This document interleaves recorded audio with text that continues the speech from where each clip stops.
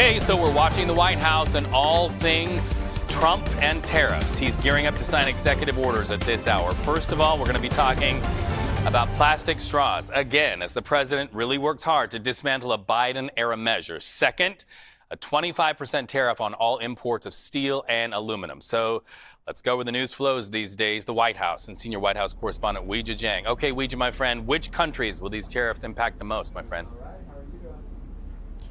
Well, it will impact any country that exports steel and aluminum into the United States. And the biggest countries that do that are Canada, Mexico, Brazil, South Korea, and Vietnam. And so we don't know yet how these countries are going to respond, if they're going to impose retaliatory tariffs, Reed.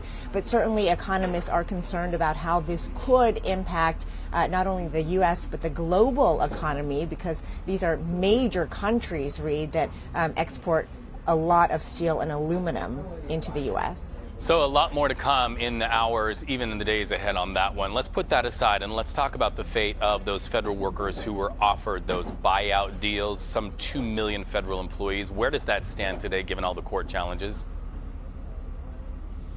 So about 65,000 federal workers that we know have already accepted that offer, and we are expecting that number to increase as the deadline approaches, which is midnight tonight. But Reed, what's interesting here is that it was paused because the judge wanted to learn more about the legality. So when he paused it last week and extended the deadline until midnight tonight, he wasn't adding any commentary about whether what DOJ was doing was legal or not. But he wanted both sides to argue the cases on its merit today, and that's what is happening in just an hour in Massachusetts. And so after that, we expect a new ruling. And Reed, we have talked to legal experts who say the bottom line is we don't know what happens to those thousands of federal workers who have already accepted the deal and what happens to the ones who do not. This is unprecedented. And so this hearing at 2 is so critical to determine how everything moves forward, Reed.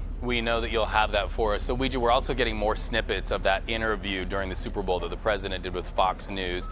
This clip on the president's plan for Gaza just out this morning. Let's listen to it and then talk about it.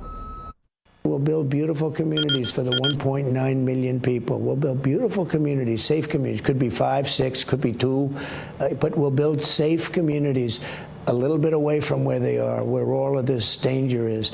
In the meantime, I would own this. Think of it as a real estate development for the future.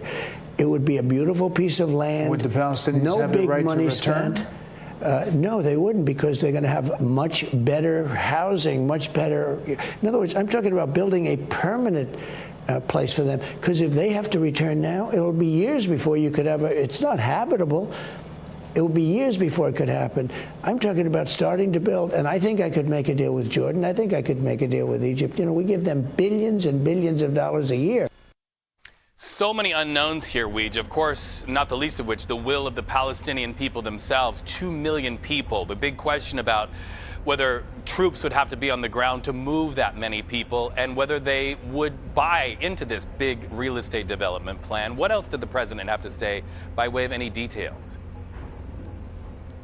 Well, on Air Force One, he was asked by a reporter about the timeline for this, Reed, because senior Trump administration officials have said it will probably take 10 to 15 years to rebuild in the way that Trump is envisioning. So he was asked whether he was committed to this project beyond his 4 years in office, and he said he was. But Reed, of course, that begs the question whether the next president and the president after that would maintain this as U.S. policy, or if Trump plans to throw his own personal private money into this. But I think the biggest question, and you kind of hit this, Reed, was what authority he has to take over a sovereign territory. Right. And what happens to the some 2 million Palestinian people who live there right now. He's talking about striking a deal with Jordan and Egypt to accept those Palestinians for the meantime as he carries out this rebuilding. But he also said that they will not necessarily be allowed back. And remember, this is where the Palestinians that we're talking about call home.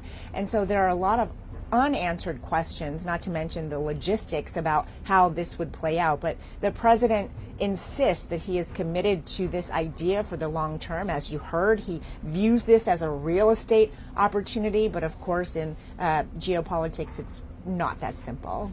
Right. Weijia Jiang, thank you so much for that conversation. We will have you back here very soon on CBS News 24/7.